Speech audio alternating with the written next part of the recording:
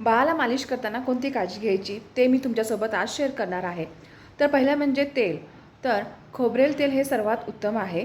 पण तुम्हाला जर का दुसरे कोणते ऑइल जर ट्राय करायचे असतील ना, तर त्याच्या आधी ना बाळाच्या हातावरती ना तुम्ही पॅच टेस्ट करून बघा.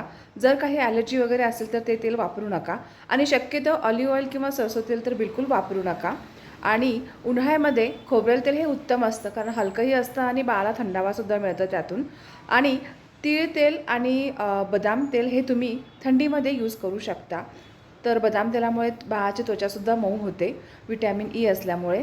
तर बाळाची मालिश करताना ही काळजी घ्या की बाळाची आई स्वतः मालिश करेल किंवा आजी मालिश करेल याची तुम्ही काळजी घ्या. कारण तुम्ही जर मालिशवालीला बोलवलात ना, तर ते खूप प्रेशरने करतात आणि त्यामुळे बाळाला त्रास होऊ शकतो. बाळाची मालिश करताना शक्यतो आईने केलं तर उत्तम आहे, कारण त्यामुळे बाळाचं आणि आईचं बॉन्डिंगसुद्धा वाढतं. घरात कोणी आजी वगैरे असेल त्यांच्याकडून जर तुम्ही मालिश करून घेत असाल तर त्यांना सांगा की फार प्रेशर देऊ नका, कारण बाळ छोटं असतं, त्याची हाडंसुद्धा नाजूक असतात. हळुवारपणे मसाज करा. तर मसाज आंघोळीच्या आधी किंवा सकाळी करणे सर्वात उत्तम आहे. तसेच बाळाला मालिश करताना कानात किंवा नाकात तेल बिलकुल टाकू नका, त्यामुळे बाळाला ना इन्फेक्शन होऊ शकतं.